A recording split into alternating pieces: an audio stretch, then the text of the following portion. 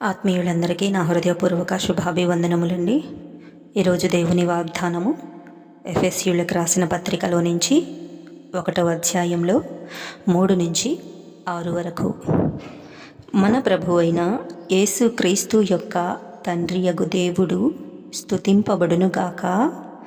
ఆయన క్రీస్తునందు పరలోక విషయములలో ఆత్మ సంబంధమైన ప్రతి ఆశీర్వాదమును మనకు అనుగ్రహించెను.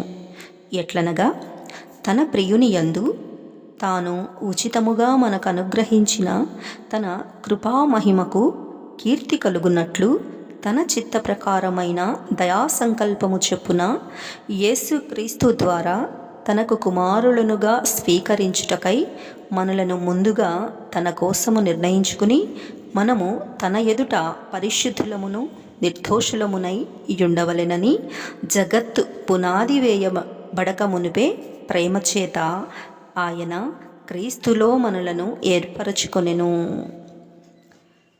ఆమేన్, ఆమేన్, ఆమేన్. ఈ వాగ్దానము యొక్క అర్థమైన వారు వివరంగా కామెంట్ బాక్స్లో రాయండి. ఎందుకంటే బోధించే వారి కంటే వినువారు చాలా చురుగ్గా ఉంటారని నా ఉద్దేశం అండి. ఎంతమందికి ఈ వాగ్దానం అర్థమైందని వివరంగా కామెంట్ బాక్స్లో రాయగలరని ఆశిస్తున్నాను. వాగ్దానం ఇంకొక విషయం అండి. వాగ్దానం అనేది చిన్న వచనాలు మాత్రమే ఉండాలా? పెద్ద వచనాలు ఉండకూడదా? అలా ఎందుకు ఉండకూడదు? కామెంట్లో తెలపండి నాకు. Thanks for watching.